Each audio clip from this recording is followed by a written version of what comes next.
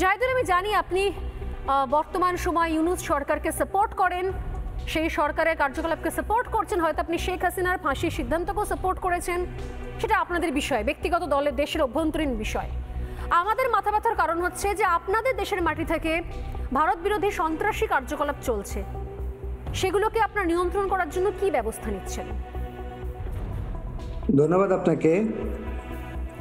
বিষয়টা হচ্ছে যে ভারত আমাদের প্রতিবেশী এবং ভারত বাংলাদেশ প্রতিবেশী সুলভ আচরণ করে এগিয়ে যাবে, এটাই আমাদের প্রত্যাশা। সেক্ষেত্রে বাংলাদেশের মাটিতে যদি ভারত বিরোধী কার্যকলাপ হয় এবং এটি যদি উভয় দেশের কূটনৈতিকভাবে স্বীকৃত হয়, তাহলে তো অবশ্যই এটা দমন করতে হবে, এটিতে কোনো সন্দেহ নেই।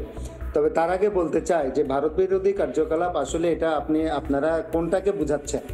আমরা যেখানে 24 সালে আমরা হাসিনার যে এই হত্যাযজ্ঞ, এই মহা হত্যাযজ্ঞ, যেখানে হাজার হাজার মানুষকে সে হত্যা করেছে, তার আগে গুম করেছে, গুলি করে আহত করেছে, লিথাল উইপন ব্যবহার করার অনুমতি দিয়েছে, এইরকম একটা অবস্থায় সে দেশে গৃহযুদ্ধ বাদিয়ে দেশে টিকে থাকতে চেয়েছিল।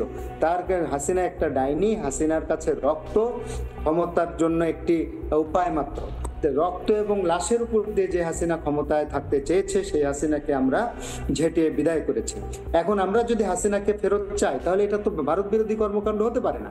বরং ভারতের উচিত যে একটা দেশের প্রধানমন্ত্রী থাকা অবস্থায় এত বড় হত্যাযজ্ঞ যে করতে পারে, সেই ব্যক্তিকে কেন ভারত সাপোর্ট দিবে? সেই ব্যক্তিকে কেন ভারত আশ্রয় দিবে?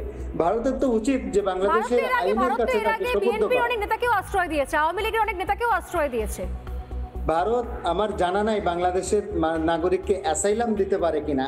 তো অ্যাসাইলামের সূত্রে যদি বিএনপি নেতাকে আশ্রয় দেয়, সেটা আলাদা কথা, কিন্তু অ্যাসাইলাম ছাড়া যদি বিএনপি কোনো অপরাধীকে, শুনুন, আপনাদের দেশ থেকে আসা সাহিত্যিক তাসলিমা নাসরিন তো ভারত একসময় আশ্রয় দিয়েছিল।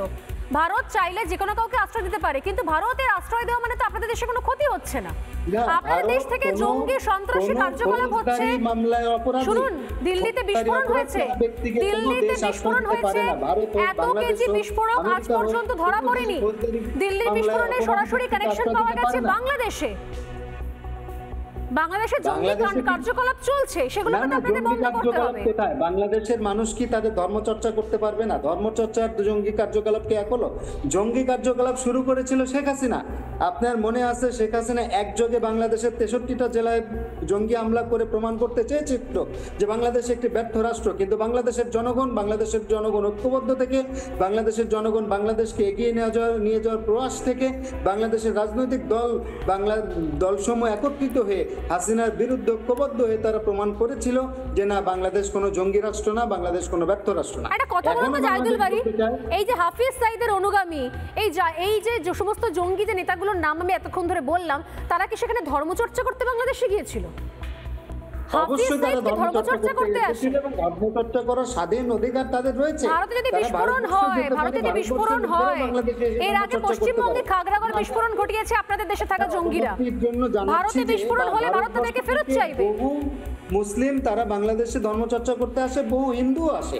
ভারতবর্ষের বহু হিন্দুরা বাংলাদেশের পূজা মণ্ডপে আসে, পূজা মণ্ডপ পরিদর্শনে আসে, তারা পূজা পালন করে, এতে কেউ কোনো বাধা দেয় না। বললেই ভালো, বাংলাদেশে হিন্দুদের ধর্মচর্চা কিরকম হয় দাদা, অপেক্ষা করুন। বাংলাদেশে হিন্দুদের ধর্মচর্চা কিরকম হয় আমরা দেখেছি। এই এত বাংলাদেশি ভাবে পালিয়ে আসতো না, এত বাংলাদেশি হিন্দুরা ভাবে পালিয়ে আসতো না। প্রতিদিন পুজো, প্রতি বছর দুর্গা পুজো, প্রতি বছর কালী পুজো, প্রতি বছর লক্ষ্মী পুজো, প্রতি বছর। আমার কাছে পরিসংখ্যান রয়েছে, আপনারা বাংলাদেশে হিন্দুদের কি পরিণতি করেন। বাংলাদেশে কোনো হিন্দুদেরকে কোনো ধর্মচর্চায় বাধা দেওয়া হয় না, হিন্দুরা নির্বিঘ্নে ধর্মচর্চা করে। স্লোগান বার করা হয়, কোথাও পুজো প্যান্ডেল চলবে না, কোথাও পুষ্পাঞ্জলি চলবে না, সুবিধা ভোগ করে।